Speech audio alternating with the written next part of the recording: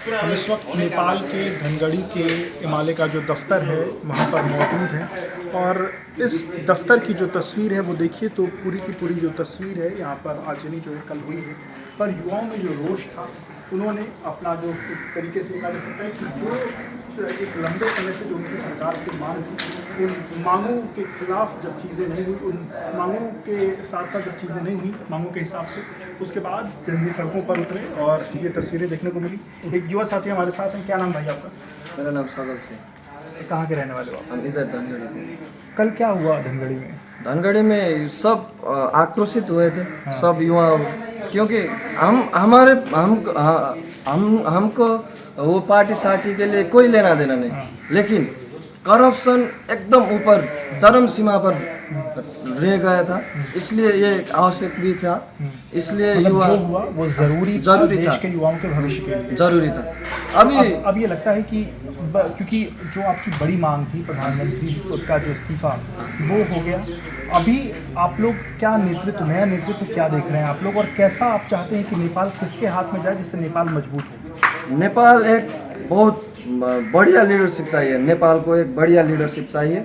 इसलिए सभी लोगों का मांग तो एक ही है, बालेन शाह बोल रहे सभी, एक न्यू जनरेशन को न्यू सोच। आपने बालेन शाह को सुना, उनके भाषणों को सुना, उनके वक्तव्य को सुना? वहाँ के विजन बहुत साफ है आगे तक। मतलब बालेन शाह को आप सुनते हैं तो आपको लगता है कि नेपाल अगर उनके हाथों में जाएगा तो नेपाल बहुत आगे बढ़ पाएगा, युवाओं को रोजगार मिलेगा। अच्छा, अभी क्या स्थिति थी रोजगार की? युवाओं को किस तरीके की दिक्कतों का सामना नेपाल में करना पड़ रहा है? नेपाल में तो कहाँ रोजगार को कोई काम ही नहीं, नेपाल में कोई भी काम नहीं। आप विदेश जाए, यो नवयुवा आप हमको देख लो, हम सब हमारे जनरेशन को सब विदेश जा रहे हैं। आप क्या काम करते हो? मैं तो स्टूडेंट हूँ। अच्छा, आप स्टूडेंट? हाँ, अब मेरा दोस्त लोग सभी विदेश जा रहे हैं। क्यों? नेपाल में कुछ नहीं हो सकता क्या? हाँ, नेपाल में काम चाहिए, अच्छा स्टडी चाहिए।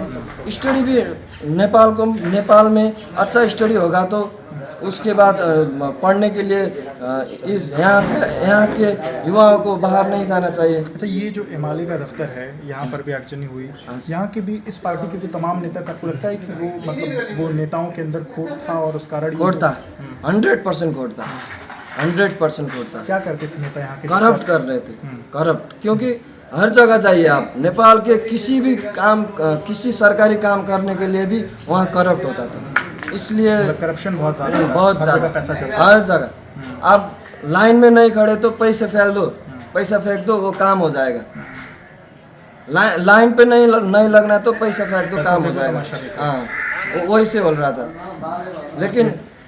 लेकिन हम युवाओं को तो पैसा मैटर नहीं करता ना। एक अच्छा लीडरशिप, घास कपास की ज़रूरत है, वो आधारभूत आवश्यकता, शिक्षा, ये सब अच्छे से होगा तो हम में से नहीं कर रहे थे ना।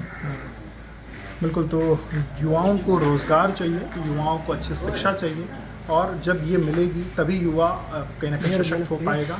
और इन तमाम चीज़ों को लेकर के ही युवा आक्रोशित था और उसी आक्रोश की तस्वीर मंगलवार को हमने देखी। रोल है। नेपाल के जनजी युवा सगल सिंह जी हमारे साथ हैं। सगल भाई, ये बताइए, नेपाल की राजनीति कहाँ घूम रही थी और उस राजनीति से कहाँ आप लोग को आक्रोश था? किसके पीछे राजनीति घूम रही? नेपाल में 3 लोग थे, केपी शर्मा ओली, शेरबहादुर देउवा और प्रचंड। ये 3 लोग मिलजुल के इधर दिखाते थे, बाहर दिखाते थे हम दुश्मन है, लेकिन अंदर वो मिलजुल के एक हटा तो दूसरा बैठ जाता, दूसरा हट जाता तो तीसरा बैठ जाता। ऐसे माहौल पे वो 3 लोग ही राज कर रहे थे।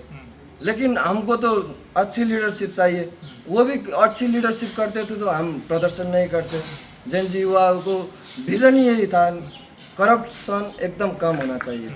अच्छा, हमने कुछ दिनों पहले देखा नेपो किड्स करके जो सोशल मीडिया पर तमाम चीज़ें हुई, तमाम राजनेताओं के बच्चे थे, वो विदेशों में घूम रहे हैं, मौज कर रहे हैं, उधर मौज कर रहे हैं। लेकिन जनता का बच्चा बच्ची देखो, जनता का बच्चा बच्ची वो काम कर रहे हैं, 24 घंटा काम कर रहे हैं। इसके लिए उन लोगों को प्रधानमंत्री नहीं बनाया था ना। उनको विजन देखना चाहिए था। वो जनता का युवा बच्चा बच्ची क्या कर रहे हैं वो सोचना चाहिए था। इसलिए ये प्रदर्शन हुआ था। अच्छा ये बताइए, जो ये प्रदर्शन हुआ, क्योंकि इससे सरकारी संपत्तियों की तो बहुत क्षति हुई क्षति और हुई। सरकारी संपत्तियां हमारे आपके टैक्स के पैसे से बनती हैं। नेपाल को नुकसान हुआ, आप मानते हैं? नुकसान तो हुआ, नुकसान हुआ। इस ये रिकवर करने के लिए कम से कम 5-10 साल लग जाएंगे। ये सिर्फ रिकवर कम से कम करोड़ों से तो ऊपर हो चुका था, इसलिए चाहिँ वो ज़रूरी था। बिल्कुल। तो देखिए, जो चीज़ों का मतलब ये संपत्तियों का जो नुकसान है उससे नेपाल तो पीछे गया ही है, पर ये ज़रूरी था क्योंकि देश की राजनीति 3 नेताओं के पीछे घूम रही थी और अब नए नेता की उनको ज़रूरत है जो युवाओं को समझ सके।